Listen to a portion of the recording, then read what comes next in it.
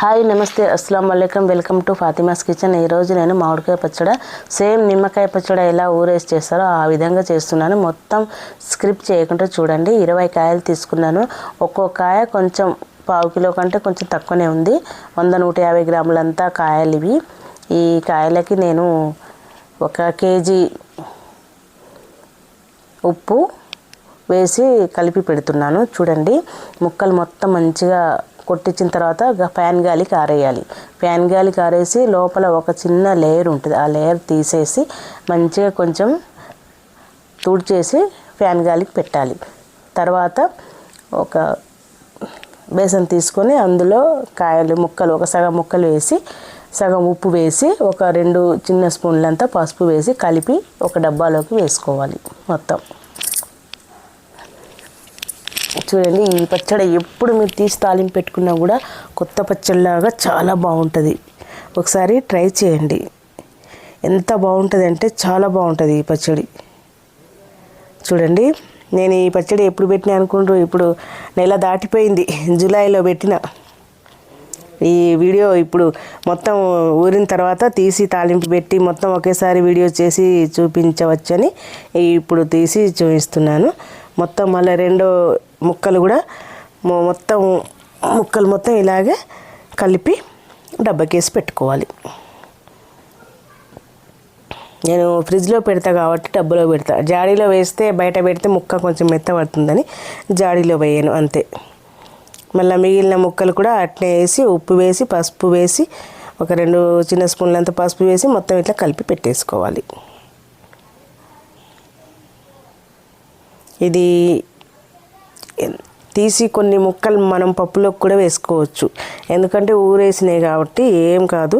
మామిడికాయలు దొరికినప్పుడు కొన్ని ముక్కలు తీసి మనం మామిడికాయ పప్పు కూడా చేసుకోవచ్చు, చాలా బాగుంటుంది. కేజీ ఉప్పు, కేజీ నూనె, 1 టీ స్పూన్ తోటి 2 స్పూన్ల పసుపు అంతే. సింపుల్. చూడండి, మొత్తం ఇట్లా కలిపేసి కింది నుంచి పైకి ఒకసారి డబ్బా ఇట్లా కదిలించేసి నూనె వేస్తున్నా. 1 లీటర్ నూనె వేసి పెడుతున్నా.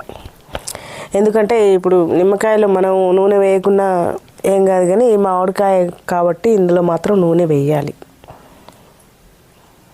నూనె వేస్తేనే దాని టేస్ట్ వస్తుంది. నూనె వేసి కలిపి పెట్టాలి. ఇప్పుడు మనకు కావాల్సినంత ఉప్పు ఉంది, ఇందులో కావలసినంత పసుపు, కావలసినంత నూనె ఉంది.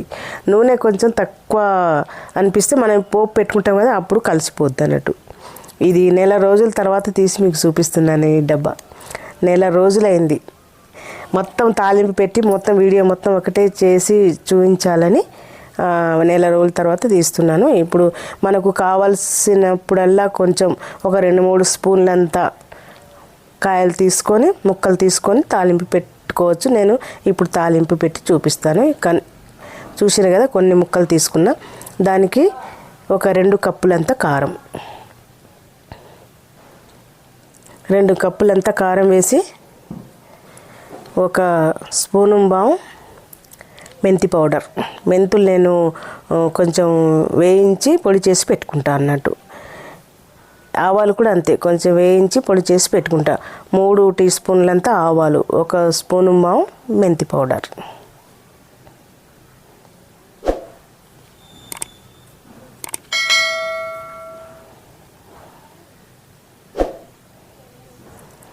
కొన్ని వెల్లుల్లి రెబ్బలు. ఇది మంచిగా ఇట్లా కలిపేయాలి. మీరు ఎప్పుడు తాలింపు పెట్టుకోవాలనుకున్నప్పుడు, కొత్త పచ్చడి కావాలి అనుకున్నప్పుడు ఇట్లా తీసి తాలింపు పెట్టుకోవచ్చు. అస్సలు ఖరాబ్ అయితే కాదు. చూడండి, ఇప్పుడు ఈ ముక్కలు ఇందులో వేసేస్తున్నాను. ఇవి చూడండి ఎన్ని, 3 కప్పుల అంత ముక్కలు అనుకోండి. మీరు ఎంత కావాలనుకుంటే అంత. 1 కప్పు ముక్కలు తీసుకొని కొంచెం కారం, కొంచెం అవన్నీ కలిపి తాలింపు అట్లా కూడా పెట్టుకోవచ్చు. ఇది మొత్తం ఇట్లా కలిపేసి ఆల్రెడీ ఇందులో నూనె ఉంటుంది, ఉప్పు ఉంటుంది కాబట్టి కారం ఇప్పుడు కలుపుతున్నాం కాబట్టి కొత్తగా అనిపిస్తుంది మనకు. అంతే, కొంచెం ఆయిల్ వేసి తాలింపు పెడుతున్నా. కొంచెం ఆవాలు, కొంచెం జీలకర్ర వేసి కొన్ని వెల్లుల్లి రెబ్బలు వేసి తాలింపు వేసుకుంటే కొత్త పచ్చడి రెడీ. కొత్త ఆవకాయ రెడీ. సూపర్గా ఉంది కదా, చూడండి ఎర్రగా ఎట్లా అనిపిస్తుందో.